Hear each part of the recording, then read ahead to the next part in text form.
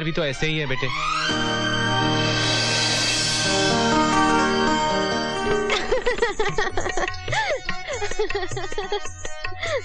निरंजन बाबू, अगर आपको रुपए के लिए ही शादी करनी थी तो मुझसे कर लेते, मैं 10 लाख दे देती। तो अब शादी कर लेते हैं, लाओ 10 लाख। ना बाबा ना, कोई मुझे पहली बीवी बनाएगा तब इतनी कीमत चुकाऊंगी, दूसरी बीवी तो मैं सबकी हूँ ही। क्यों? अगर तुम्हारे पास सचमुच 10 लाख रुपए हैं तो दो ना। तौबा कीजिए, अगर इतने रुपए मेरे पास होते तो मैं अभी कोठे पर नहीं कोठी में नजर आती। चलो इतने रुपये ना सही, कुछ तो बचा कर रखा ही होगा। कुछ तो बचा कर रखना ही पड़ेगा, वरना बुढ़ापे में सितारा बाई की तरह पानी लगाते रहना पड़ेगा।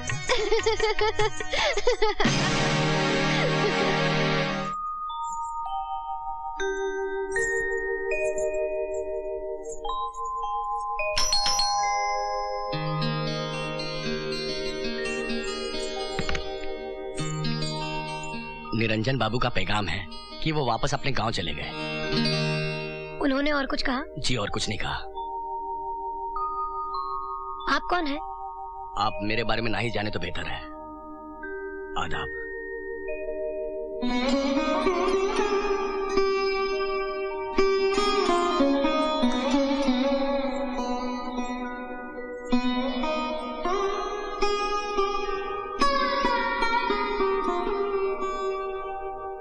अगर 10 लाख रुपए देने की हमारी हैसियत होती तो निरंजन बाबू आज हमें इस तरह छोड़कर नहीं चले जाते। पिताजी, कल मैं वापस जाना चाहती हूँ। इस तरह नहीं जाते बेटी, वरना लोग ये भी कहेंगे कि बेटी हमें बोझ लगने लगी, इसलिए हमने उसे फौरन पीछे पीछे भेज दिया। लोगों का काम है शादी में शामिल होना, लेकिन रिश्तों को निभाने का काम हमारा होता है।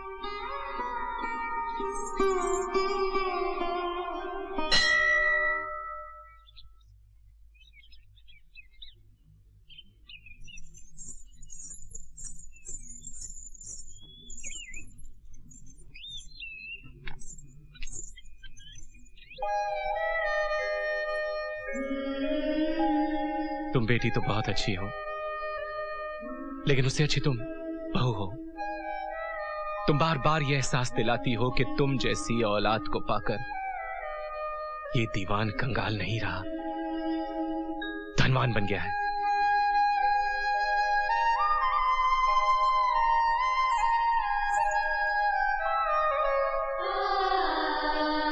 नेहा, पिताजी का ख्याल रखना।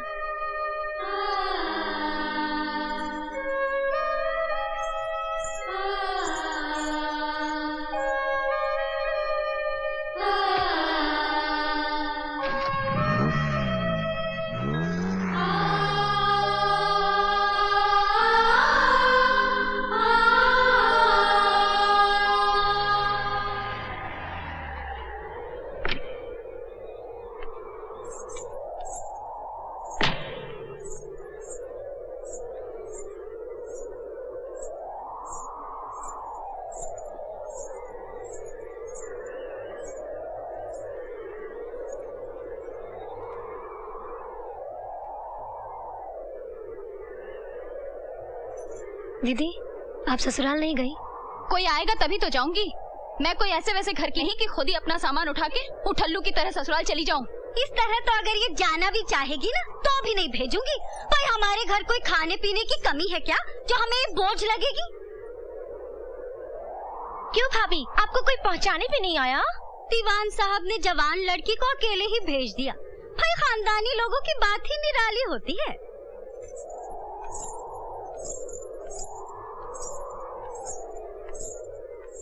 अरे ये क्या बहुरानी, अरे इस घर में खुद का बोझा उठाना मुश्किल है, ऊपर से तुम ये बोझा उठा रही हो। नहीं नहीं बने मियाँ, ठीक है। मैं नहीं हूँ क्या इस बोझ को उठाने को? आओ।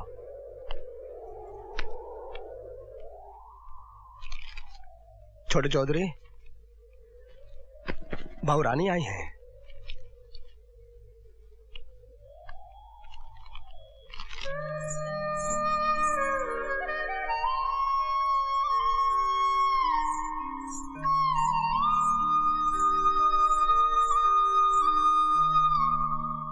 आप इस तरह अचानक हमें छोड़ के चले आए, मैं तो बुरी तरह से घबरा गई थी। पता नहीं क्या हो गया। दीवान साहब से नहीं पूछा कि क्या हुआ? डैडी की जो हालत है वो उन्होंने आपको बता ही दी थी। वो कभी झूठ नहीं बोलते। मुझे क्या मालूम था कि वो अंदर से इतने खोखले हैं, वरना एक इंजीनियर को 10-15 लाख देने वाले बहुत मिल जाते हैं। लेकिन आप लोगों ने तो पहले दहेज की बात बिल्कुल नहीं की। सोचा था दीवान साहब है, बिन मांगे ही बहुत कुछ मिल जाएगा। वो अपना मकान गिरवी क्यों नहीं रख देते? उसे तो गिरवी रखा जा चुका है, उसी से तो हमारी शादी हो पाई है। उसे बेचा भी तो जा सकता है। तो फिर रहेंगे कहाँ? और अभी नेहा की शादी भी तो करानी है। सबको अपनी अपनी चिंता है तो रहे, मेरी भी जो समझ में आएगा मैं वही करूंगा। तो क्या रुपयों के अलावा जिंदगी का और कोई मकसद नहीं? नहीं। हम कम पैसों में भी अपनी जिंदगी खुशी खुशी बिता सकते हैं और वक्त आने पे हम अपना सपना भी पूरा कर सकते हैं। वक्त आता नहीं, लाया जाता है।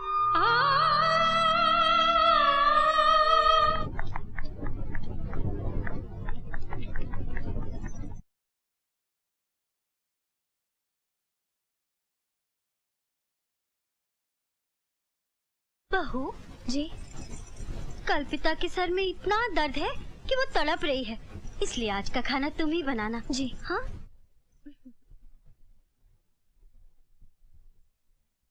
सुना तुमने?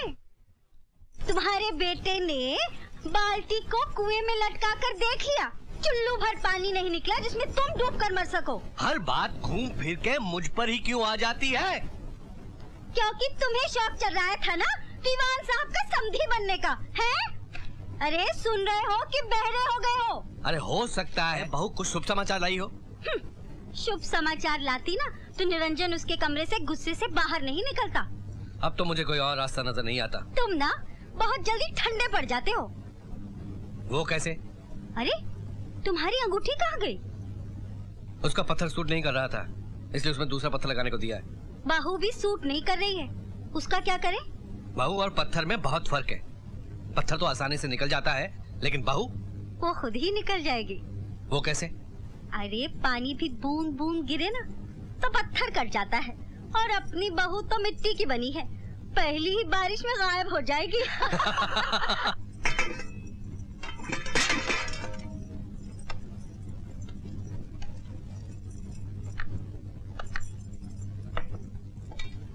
बिल्लू भैया। आया बहुरानी। बड़ा दुख देना नथनिया ने। बोलिए। आप टेबल पर खाना लगा दीजिए, मैं हाथ मुंह धोकर आती हूँ। अच्छा। उई।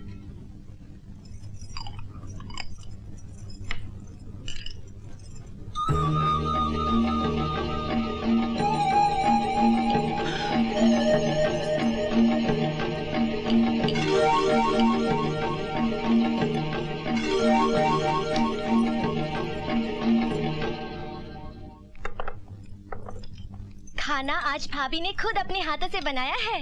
लो बेटा, ये लीजिए। अरे भैया को भी दो ना सब्जी। ये ले बेटा।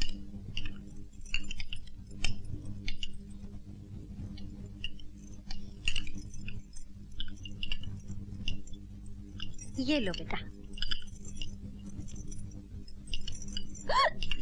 अरे रे, इसमें नमक कितना ज्यादा हो गया। हाँ?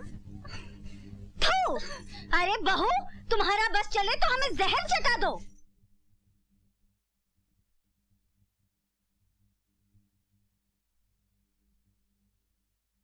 माँ जी, नमक कुछ ज्यादा हो गया क्या? कुछ नहीं, बहुत ज्यादा हो गया।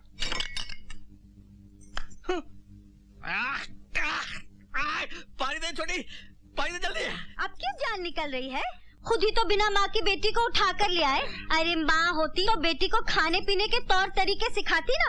सब तुम्हारा ही किया धरा है, भोगो अब। अरे मेरी तो ये समझ में नहीं आता कि सारी बातें घूम फिर कर मुझ पर क्यों आ जाती हैं। माँ जी, मैं फिर से खाना बना दूं? बस बस रहने दे बहू, खाना हम बना देंगे, तू सिर्फ बर्तन साफ कर दिया कर। जी। याद रहे, मैंने बर्तन साफ करने के लिए कहा है, तोड़ने फोड़ने के लिए नहीं। बाबा की बिटिया पर आई, झर झर बहती है असवन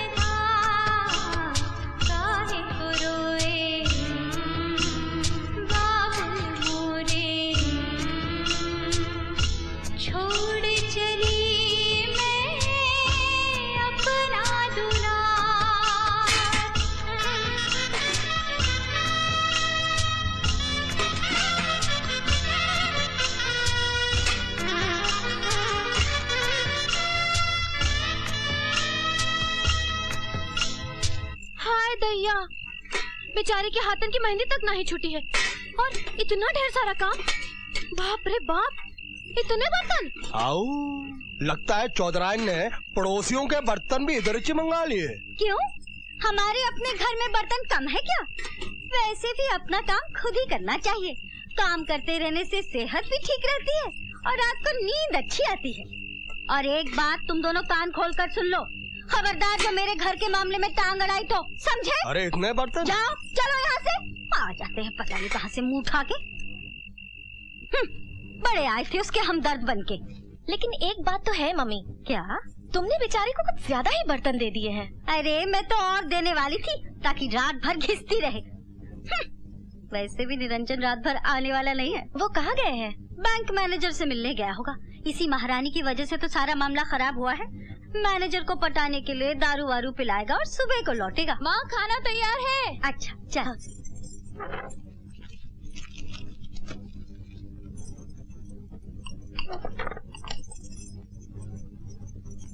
माँ, उसे मत खाना, वो कल का है और बिल्ली ने भी उसे झूठा कर दिया है। हाँ? अरे तो क्या इसे फेंकेगी? इन्हें बुरा लग रहा है ना, तो डाल दे इनकी थाली में। घूम फिर कर सारी बातें मुझ पर ही क्यों आ जाती है?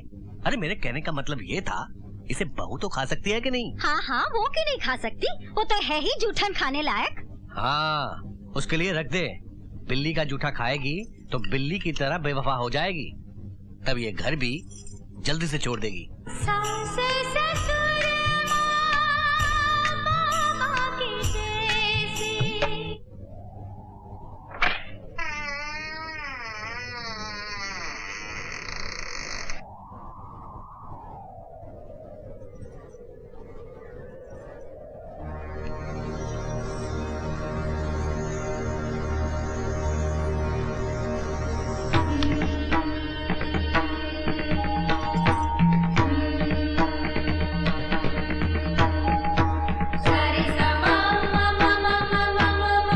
बहू, क्या बात है? माँ जी, मैं आप लोगों से कुछ कहने आई हूँ। कहो। मुझे मालूम है कि मैं जितना सहूंगी आप उतना ही ज्यादा जुल्म करती जाएंगी, फिर भी मैं आपका हर जुल्म सहती जाऊंगी। अगर आप ये सोचती हैं कि आपके जुल्म करने से मैं ये घर छोड़ दूंगी तो आप ये गलत सोच रही हैं। एक बात याद रखिए, मैं इस घर में कोई शोभा की चीज नहीं जो बाहर निकालकर फेंक दी जाए। मैं इस घर की दीवार या छत भी नहीं जो तोड़कर नई बना ली जाए। माँ जी, मैं तो इस घर का आंगन हूँ जो इस घर से कभी अलग नहीं की जा सकती।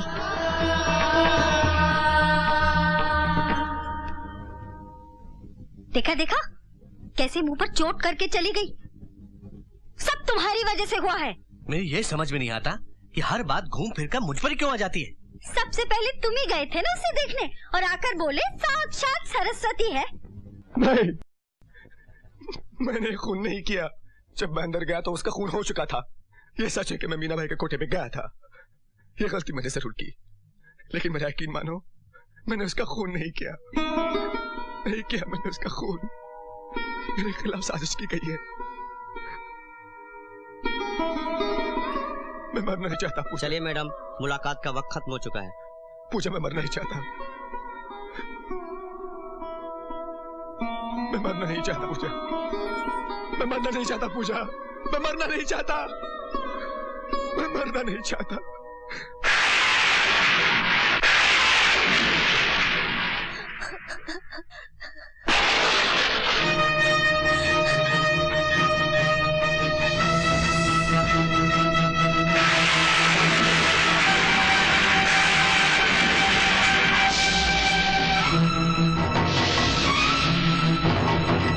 मैं चाहूं तो आपके बेटे को फांसी के फंदे से बचा सकता हूं।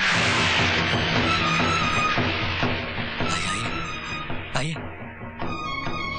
आइए आइए आइए। आप वकील हैं? जी नहीं। जज हैं? नहीं। फिर कौन है आप? अजी, तुम्हें आम खाने से मतलब है पेड़ गिनने से? आप कोई भी हो, अगर आप मेरे बेटे को बचा सकते हैं तो बचा ले। उसके लिए आप जो मांगेंगे हम देंगे। सोच लीजिए, हम कीमत कुछ ज्यादा ही मांगने वाले हैं। जरूर देंगे। बोलिए क्या चाहिए? रुपया, पैसा, जमीन, जायदाद, बोलिए बोलिए।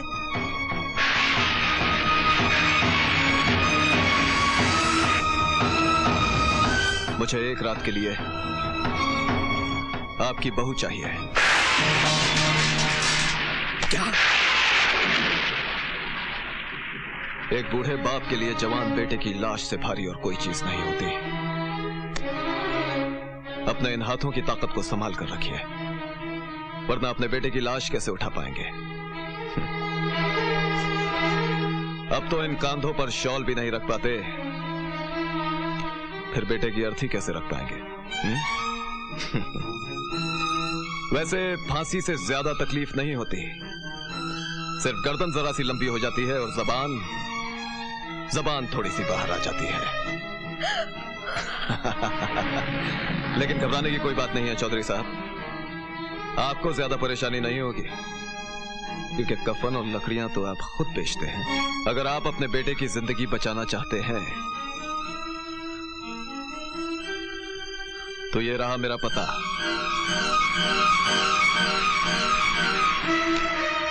और याद रखिएगा, परसों अदालत का फैसला है और कल की रात हमारे और आपके फैसले की रात होगी।